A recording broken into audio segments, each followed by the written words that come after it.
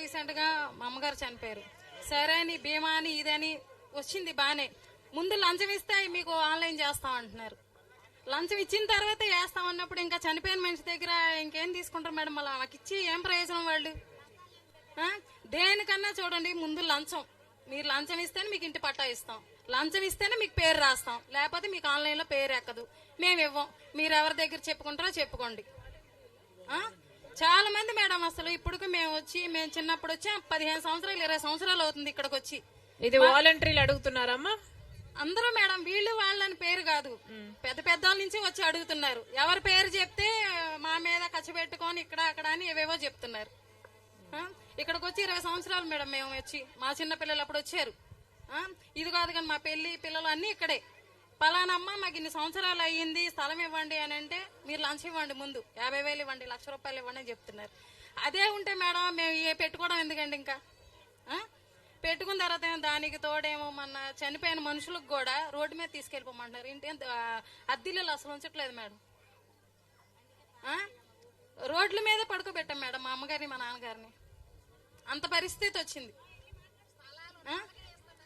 దానికి తోడు ఉన్నోళ్ళు ఏం చేస్తున్నారంటే డబ్బులు ఇవ్వడం, మా పేరుని వచ్చినా తీసేసి వాళ్ళ పేరుని ఇవ్వడం. ఇక్కడ చాలా మంది ఉన్నారు మేడం, మా ఇంటి దగ్గర వాళ్ళందరూ చేతులు ఎడుతుంది ఒకసారి. వీళ్ళందరికి ఎవరికి రాలేదు. మెయిన్ కారణం మేము వచ్చింది ఏంటంటే ఇది చెప్పుకోవడానికి వచ్చాం.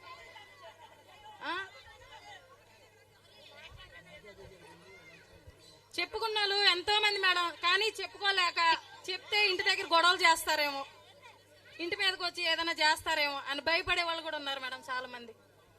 అదే మేడం చెప్పడం కారణం. మాట్లాడతారమ్మా?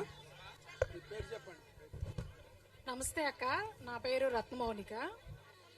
మేము ఇక్కడే పుట్లమ్మ క్యాంప్లోనే ఉంటాం అక్క. దగ్గరగా కలెక్టర్ గారి దగ్గరికి మా ఇంటి కరెంట్ లేదక్క. మాకు గత టీడీపీ పాలనలో దేవినేని ఉమా గారు ఇచ్చారంట అక్క స్థలాలు. ఆ స్థలంలోనే మేము ఇల్లు వేసుకున్నాము.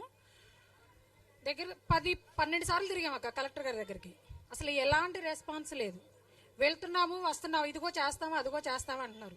అదేమనంటే కరెంట్ ఆఫీస్కి పిలిపించి మమ్మల్ని అక్కడ కూర్చోబెట్టి 1 అవర్ కూర్చోబెట్టి మమ్మల్ని ఇద్దరిని కూడా, మా హస్బెండ్ని నన్ను కూడా, అక్కడ మీరు ఏం చేస్తారు అసలు?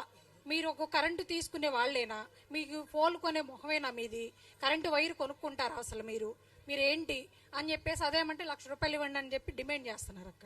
అదేంటి సార్, ఇవి గవర్నమెంట్ స్థలాలు కదా, మీరు ఫ్రీ కరెంట్ ఇస్తారన్నారు, ఎంతో కొంత వేసుకోమంటే వేసుకుంటాం మేము, అలా అని చెప్పేసి ₹1,00,000 ఒకసారి మీరు డిమాండ్ చేస్తే ఎలా చేస్తాం సార్?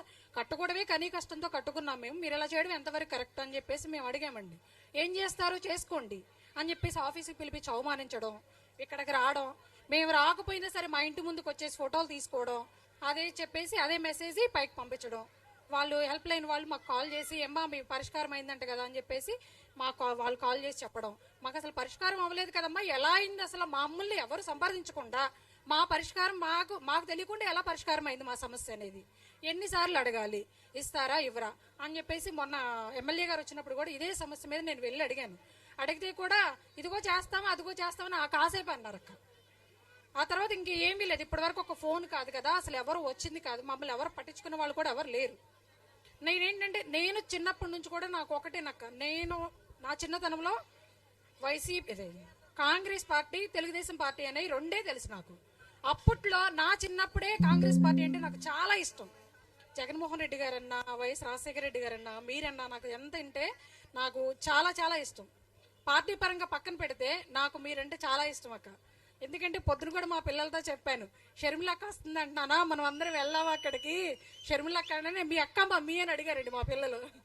అలా కాదు నాన్న, సొంత తోపుట్టు అయితే నా అక్క కాదు, అక్కే నాకు అక్కే నాన్న అని చెప్పానండి.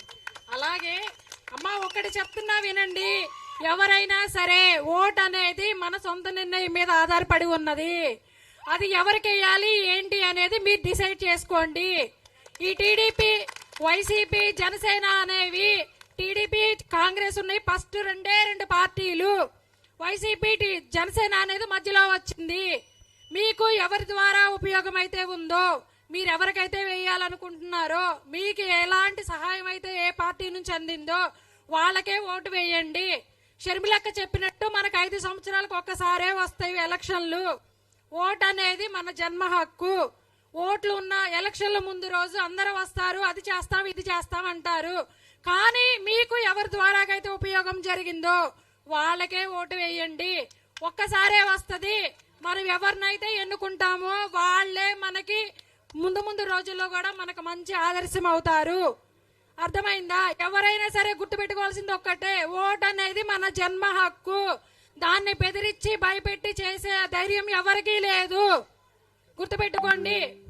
అది మన ఇష్టపూర్వకంగా వేసేది. మనం ఇష్టపూర్వకంగా వేసుకుని ఎన్నుకునే నాయకులు ఎవరైనా సరే మనకు హెల్ప్ చేస్తారని మనకు నమ్మకం ఉంటేనే వేయండి. అది కరెంటు ఛార్జీలు ఈ 5 సంవత్సరాలలో కరెంటు ఛార్జీలు గత 5 సంవత్సరాలలో 5 సార్లు పెరిగాయమ్మా. 9 సార్లు 9 సార్లు పెరిగాయా? 200 వచ్చేది కరెంటు బిల్లు 5 సంవత్సరాల కింద. ఇప్పుడు అదే బిల్లు 1000 రూపాయలు వస్తుంది. 2000 3000 వస్తుంది. ఆర్టీసీ ఛార్జీలు 3 సార్లు పెంచారా? ఆర్టీసీ ఛార్జీలు 3 సార్లు పెంచారు.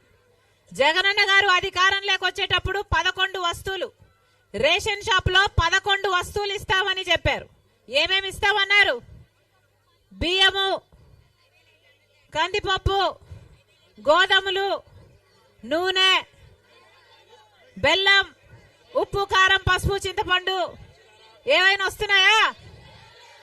ఇప్పుడు ఏమొస్తున్నాయి? కేవలం 3. అది కూడా బియ్యం వస్తుంది, కందిపప్పు వస్తే గోధుమలు రావు. మరి దీని మాట నిలబెట్టుకోవడం అంటారా? ఆలోచన చేసి ఓటేయండి అమ్మా.